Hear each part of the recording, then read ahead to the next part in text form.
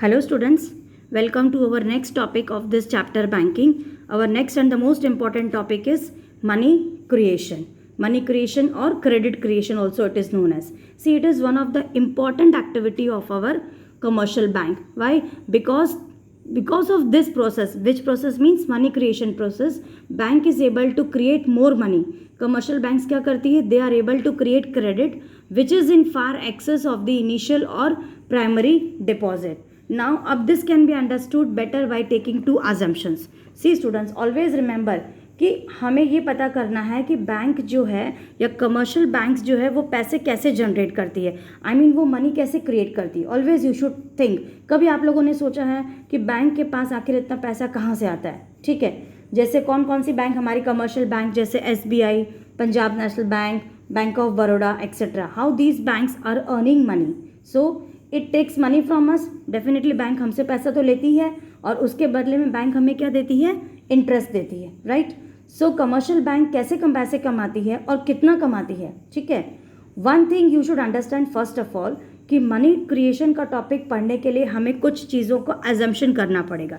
ये जो हमारा मनी क्रिएशन इंपॉर्टेंट टॉपिक है, इसको समझने के लिए आपको कुछ चीज़ों का एजम्पशन करना पड़ेगा. मीन्स आपको कुछ चीज़ों को मान के लेके चलना होगा. एजम्पशन का मतलब मान के लेके चलो कि ये ऐसा ही होगा, इसमें किंतु परंतु आप कुछ कर नहीं सकते. आप ऐसे नहीं बोल सकते नहीं मैम ये ऐसा क्यों है. Assumption means this is there and you have to accept it. तो हम दो एजम्पशन को लेके चलेंगे और इन दो एजम्पशन से हम पता करेंगे कि हमारी जो कमर्शियल बैंक्स है वो कैसे पैसे क्रिएट करती है, right. So the first assumption is all banks are one unit. अब इसका क्या मतलब है, ध्यान से समझना. अब हम लोग ये समझेंगे कि दुनिया में जितनी भी बैंक्स है वो सब क्या है? एक ही बैंक्स है. वो सब क्या है? सारे बैंक्स एक ही है, ठीक है. और सेकंड अजम्पशन क्या है? All transactions are bank. मतलब इस पूरे दुनिया में जो भी ट्रांजैक्शंस होते हैं, पैसों के जो भी कैश ट्रांजैक्शंस होते हैं, वो सब फाइनली कैसे होते हैं? बैंक से होते हैं. इसका मतलब whatever transactions are going on, मान लीजिए अगर आप एक छोटी से छोटी चॉकलेट भी लेने जाते हैं तो वो जो आप पैसे चॉकलेट वाले अंकल को देते हैं वो पैसे भी कहाँ जमा हो रहे हैं? वो पैसे भी बैंक में ही जमा हो रहे हैं, राइट. तो जो भी ट्रांजैक्शन होगा वो बैंक के थ्रू होगा. तो दोनों अजम्पशन का मीनिंग समझ में आ गया है.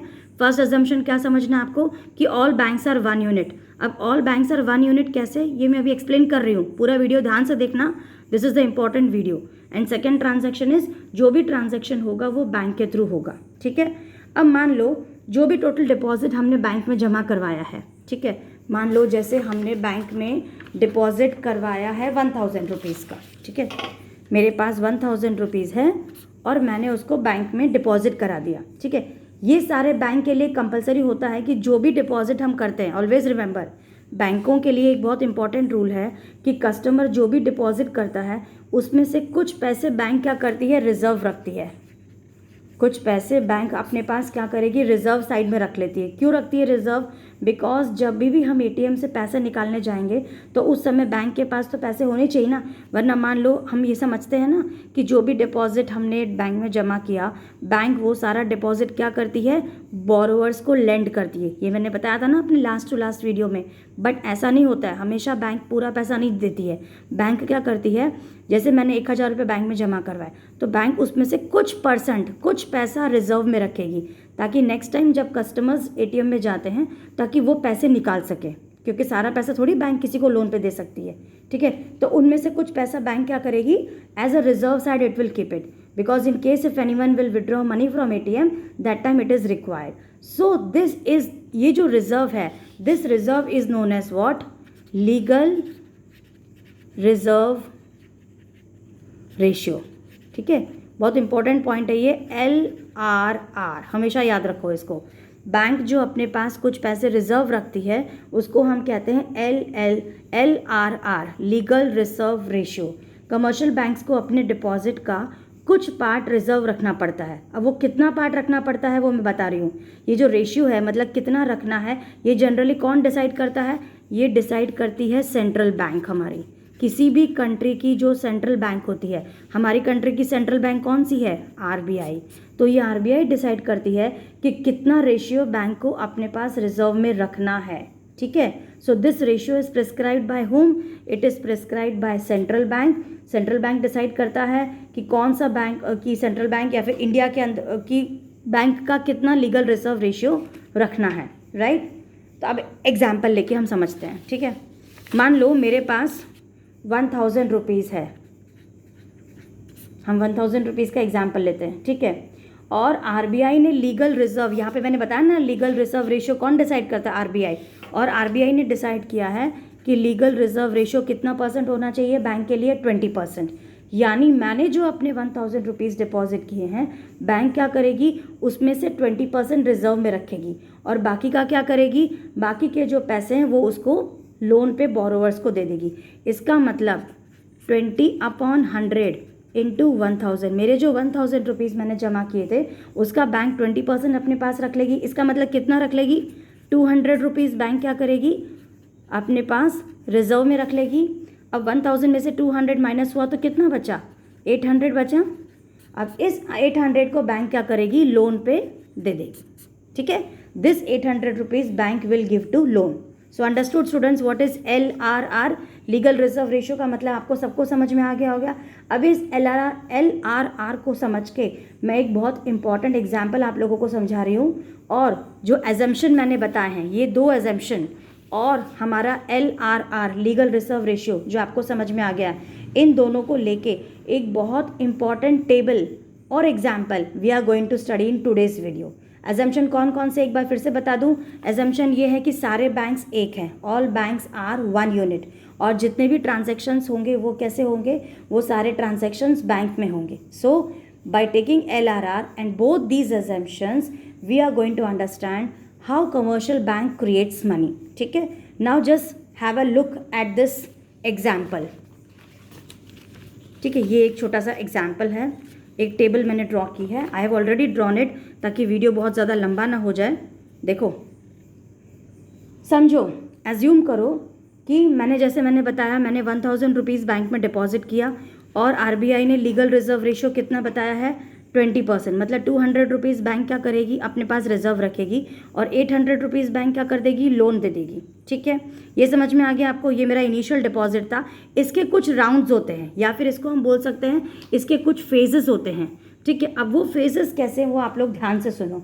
सारे बैंक एक ही है, एज इट इज़ एजम्पशन हमने ये लिया कि सारे बैंक एक ही है, ठीक है। अब हमने बैंक को क्या करती है, मतलब बैंक हमको उतना ही उधार दे सकता है जितना उसने खुद नहीं ले लिया। इसका मतलब क्या होता है, ये देखो, दिस माइट बी कन्फ्यूजिंग। आप लोग समझ रहे होंगे कि मैम ये क्या है। समझो, 1000 रुपये मैंने बैंक में जमा करवाए, ठीक है। अब यही 1000 रुपये घूम फिर के देखो कैसे आएंगे। बैंक ने तो 200 रुपये उसमें से लीगल रिजर्व रेशियो का रख लिया और 800 रुपीज़ बैंक ने क्या कर दिया, वो लोन पे दे दिया, ठीक है। समझ में आ गया। कमर्शियल बैंक ने LRR कितना रखा है, 20%। यानी कोई भी कमर्शियल बैंक अपने पास जितना भी पैसा है उसका 20% क्या करेगी, रिजर्व में रखेगी और बाकी का पैसा जो है वो बैंक क्या कर देगी, लोन पे दे सकती है अपने कस्टमर्स को, ओके। तो जैसे अगर मैं इस 1000 केस की बात करूं तो 1000 पे 20% हो गया, अभी मैंने बताया 20/100 इंटू 1000, तो 200 रुपीज़ हो गया। बचा कितना, 800। तो बैंक ने क्या किया, ये मेरा 800 रुपीज़ जो बच गया है इसको बैंक क्या करेगी, इसको बैंक लोन पे दे देगी, ठीक है। 200 रुपये रिजर्व रख लिया और 800 रुपये बैंक ने क्या कर दिया, लोन पे दे दिया। तो जिसने ये लोन लिया, अब देखो बैंक ने ये 800 रुपये मान लो किसी और को लोन पे दिया, तो जिस किसी इंसान ने ये पैसे लोन लिए होंगे तो वो भी क्या करेगा, वो भी तो उन पैसों को खर्च तो करेगा ही ना। ऐसा तो है नहीं ना कि वो लोन लेके अपने पास बैंक घर में पैसे जमा करके रख देगा अलमारी में, डेफिनेटली नो। लोन हम किस लिए लेते हैं, कि खर्चा करने के लिए। तो लोन उस इंसान ने भी खर्च करने के लिए लिया, तो खर्च करने के बाद वो पैसे कहाँ जाएंगे, डेफिनेटली बैंक में तो डिपॉजिट होंगे ही ना। तो जिसने भी ये लोन लिया है वो उन पैसों को खर्च करेगा और जैसे ही वो पैसे खर्च होंगे वो घूम फिर के कहाँ जाएंगे, बैंक में डिपॉजिट हो जाएंगे। क्यों डिपॉजिट होंगे, क्योंकि हमारा एजम्पशन क्या था, second assumption, all transactions are bank, मतलब सारे ट्रांजैक्शन बैंक के थ्रू होंगे। तो 800 रुपीज़ फिर से किसके पास आ गए हैं, बैंक के पास आ गए। अब यहाँ पर भी सेम वही चीज़ अप्लाई होगी कि 800 रुपीज़ के ऊपर बैंक क्या करेगी, 20% लीगल रिजर्व रेशियो रखेगी। तो क्या करो, अभी आप लोग देखो, 20/100 इंटू 800 हम करेंगे, ठीक है। तो क्या आ जाएगा हमारा 160 रुपीज़ क्या आ गया, ये देखो 160 रुपीज़ बैंक ने रिजर्व में रख लिया। अब 800 माइनस 160 कितना हो गया, 640 बैलेंस हुआ। अब इस 640 को क्या करेगी बैंक, लोन पे दे देगी। ठीक है, तो जो भी अब इंसान आएगा ये 640 रुपीज़ का लोन लेने के लिए, डेफिनेटली वो भी अपने पैसे बैंक में डिपॉजिट करेगा, तो ये प्रोसेस चलता जाएगा। वो 640 रुपीज़ बैंक में डिपॉजिट करेगा। ठीक है, अब इस 640 के ऊपर बैंक फिर से 20% अपने पास रिजर्व रखेगी, तो 640 का 20% कितना हुआ आपका, 128। अब 640 माइनस 128 हाउ मच, 512। तो ये 512 बैंक क्या करेगी, इसको फिर से लोन पे दे देगी। समझ में आ गया यहाँ तक सबको? I hope there is no doubt. अब ये प्रोसेस जो है चलता जाएगा। देखो मैंने नीचे लिखा है, this process will keep on going. इस प्रोसेस की एंड कहाँ होगी? ठीक है, अप टू नाउ हमने इंटरेस्ट की कोई बात ही नहीं की है यहाँ पे। ये देखो हमने यहाँ पे इंटरेस्ट की कोई बात नहीं की। ये प्रोसेस कब तक चलेगा? इस प्रोसेस की डेफिनेटली एक लिमिट होगी। वो लिमिट क्या है कि जब तक ये 1000 रुपीज़, ये जो मेरे 1000 रुपीज़ है, जब तक ये 5000 नहीं बन जाते हैं, ठीक है, तब तक ये 5000 नहीं बन जाएंगे। ये जो रिजर्व है ये 1000 नहीं हो जाएगा। ठीक है, और ये जो लोन है ये कब तक कितना हो जाएगा, 4000 नहीं बन पाएगा। यानी कि ये 5000 हो जाएंगे। ये जो मेरे 1000 रुपीज़ है, बैंक ने क्या किया, इस 1000 से कितना बना लिया, 5000 रुपीज़। जब तक ये 5000 हो जाएगा, इसमें से बैंक 1000 रुपये रिजर्व भी रख लेगी और 4000 रुपये क्या करेगी, बैंक लोन पे दे देगी। ठीक है, तो बैंक ने कितना उधार लिया था हमसे स्टार्टिंग में, सिर्फ 1000।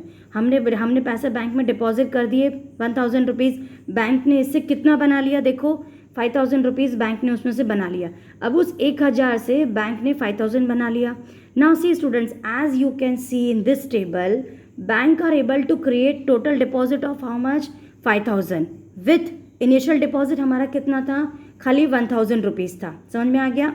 It means total deposit becomes 5 times of the initial deposit. आया समझ में? इनिशियल डिपॉजिट हमारा कितना था, 1000, टोटल डिपॉजिट कितना हो गया, 5000। मतलब बैंक ने हमारे इनिशियल डिपॉजिट से 5 टाइम्स पैसा कमा लिया है। ठीक है, तो जो 5 टाइम्स बैंक ने हमसे पैसा कमा लिया है, it is nothing but the value of money multiplier. क्या बोलते हैं इसको, मनी मल्टीप्लायर। क्या है मनी मल्टीप्लायर? जो हमने इनिशियल डिपॉजिट किया, बैंक ने उसका 5 टाइम्स कमा लिया। और वो कैसे कमा लिया आपने देख लिया। तो उस 5000 जो बैंक इनिशियल डिपॉजिट से कमा लेती है, that is nothing but the value of money multiplier. So why we left on 5000। अच्छा, अब आप लोग ये सोच रहे होंगे कि मैम आपने इसको यहीं तक 5000 तक क्यों छोड़ दिया, या फिर आपने इसको 1000 तक क्यों छोड़ दिया? क्योंकि इसको हम बोलते हैं मनी मल्टीप्लायर। ठीक है, मनी मल्टीप्लायर का मतलब क्या होता है, बैंक ने अपने पैसे को कितना गुना कर दिया, कितने टाइम्स मल्टीप्लाई कर दिया। इजी लैंग्वेज में अगर आपको समझ में आ रहा है तो कितने टाइम्स मल्टीप्लाई कर दिया। यहाँ पर कितने से मल्टीप्लाई हुआ है देख लो, 5 से मल्टीप्लाई हो गया है कि नहीं। ठीक है, तो 1000 से बैंक ने कितना कमा लिया, 5000 हो गया। इसका मतलब 5 टाइम्स कौन करेगा, बैंक। दिस 5 टाइम्स हमारा क्या है, LRR डिसाइड करेगा। अच्छा, ये 5 टाइम्स जो है वो कौन डिसाइड करेगा, किसके ऊपर डिपेंड करता है, LRR मतलब लीगल रिजर्व रेशियो जो है वो डिसाइड करता है। अब स्टूडेंट्स ये देखो, मनी मल्टीप्लायर कैलकुलेट करने का एक फॉर्मूला होता है। वो क्या फॉर्मूला है, 1/LRR, 1/LRR।